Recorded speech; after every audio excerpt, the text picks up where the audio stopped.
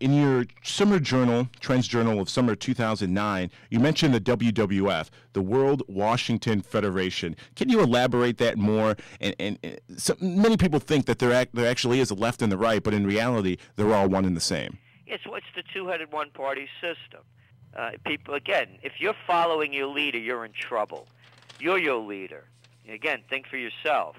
And that when you look at the political system, go back to, they talked about the 2010 midterm elections. Oh, historical. It's not historical. It's like the Gambinos taking over for the Bonanno crime family. And when you go back to the 2006 midterm elections, they threw out the Republicans, the Democrats did, because they wanted to end the wars in Iraq and Afghanistan. Voila, the wars still go on. There's no end in sight. It's a lot of baloney. Progress.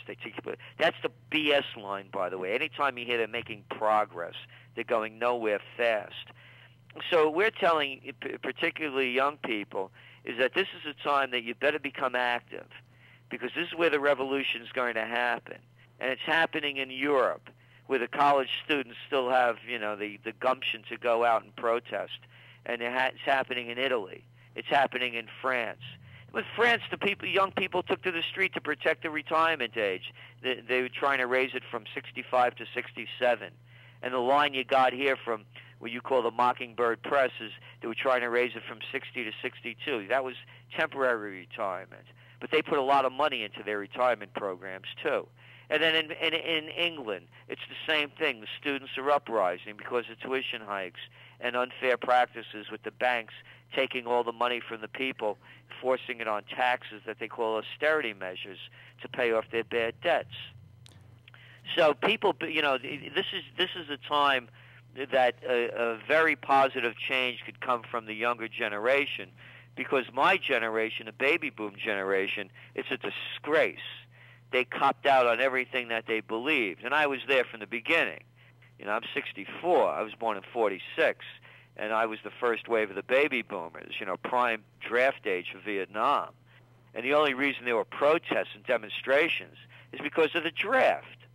It was hypocrisy. And now the wars are still going on. You don't hear a peep out of my generation. Exactly. So your generation really has an opportunity, but you've been blown up with so much hot air from your parents telling you how amazing and special you were since you were a kid that you actually believe the PR, You're not special or amazing until you do something special or amazing. I saw a documentary, The Chicago 10, talking about the 68 Democratic National Convention in Chicago and how it was a police state then.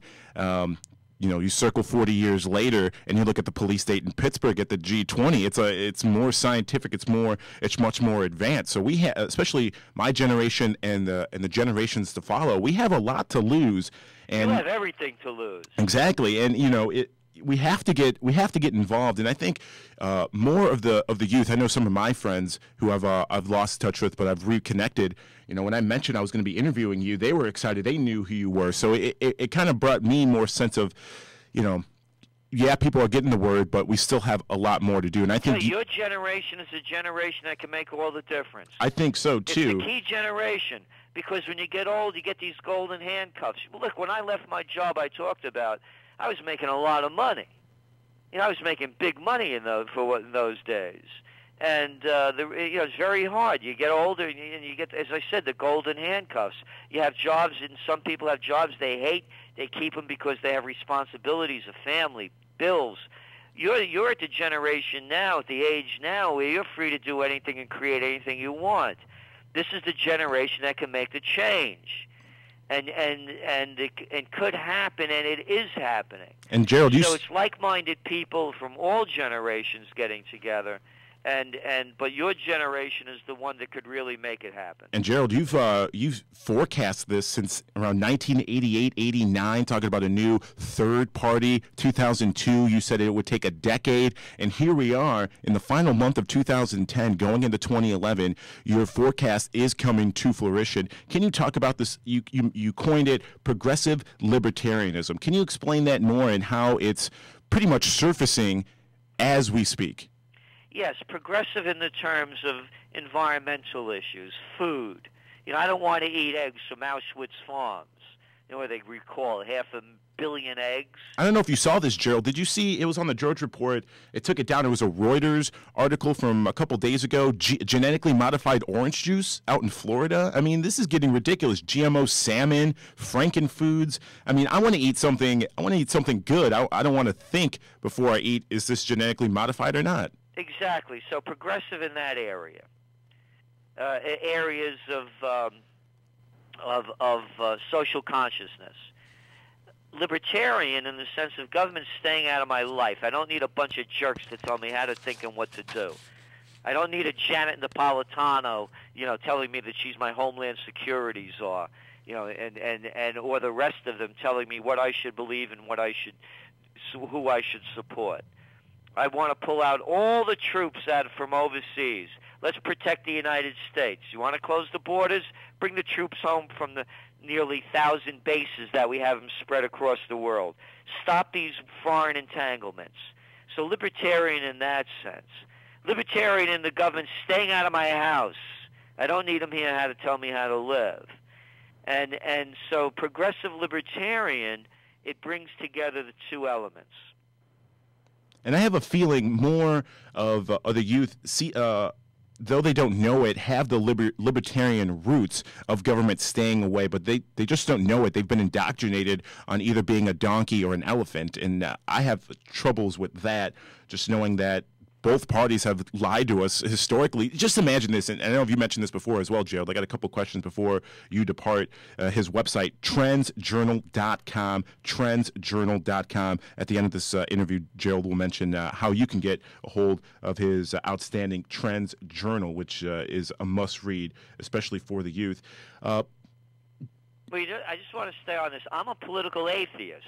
I was just going to ask you about that, Gerald. Yeah, if you believe in your political religion, that's your business. Do whatever you want, but don't proselytize me with your religion. I believe in what I want to believe. And Gerald, we could have had, and you mentioned this before, we could have had a Bush-Clinton decade. We could have at least 12, 16 years of this if Barry Soetoro, President Obama, wasn't president. Well, look at what we already had already. We had Bush 1, we've had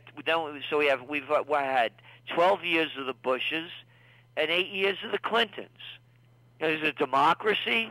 As I said, it's the Republicans and Democrats are no different than the Bonanos or the Gambinos. It's the mafia. And I love it. They're talking about, will the Republicans and Democrats be able to get together and break the gridlock? What gridlock? Well, you're going to put the inept and the incompetents together and come out with something? They're losers.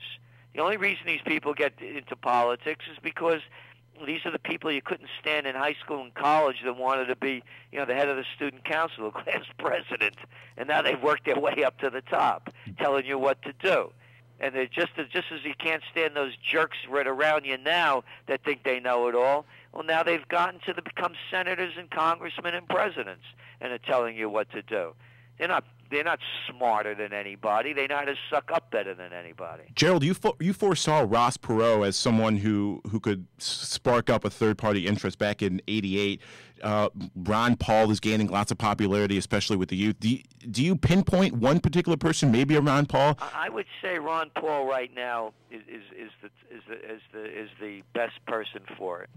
And I see right now, and that's the one that I would call as the wild card. I saw Ron Paul speak a couple weeks ago in Iowa City, and there was that progressive libertarian crowd. You saw a lot of the older generation and a lot of the youth coming together. It was really an uplifting moment.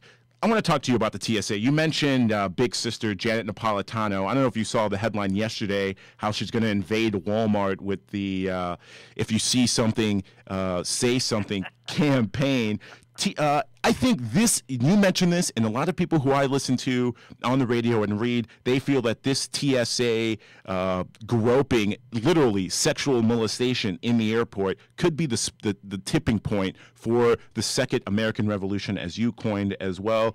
I think the youth are waking up to this as well because they're actually feeling it. Explain more about this and explain why Big Sister is invading Walmart. Well, this is just their program with Walmart is just another stupidity program. It will amount to nothing. And it's, you have to understand again the level of incompetence that you're dealing with. What it does though show, however, is what a Gestapo state the United States is turning into.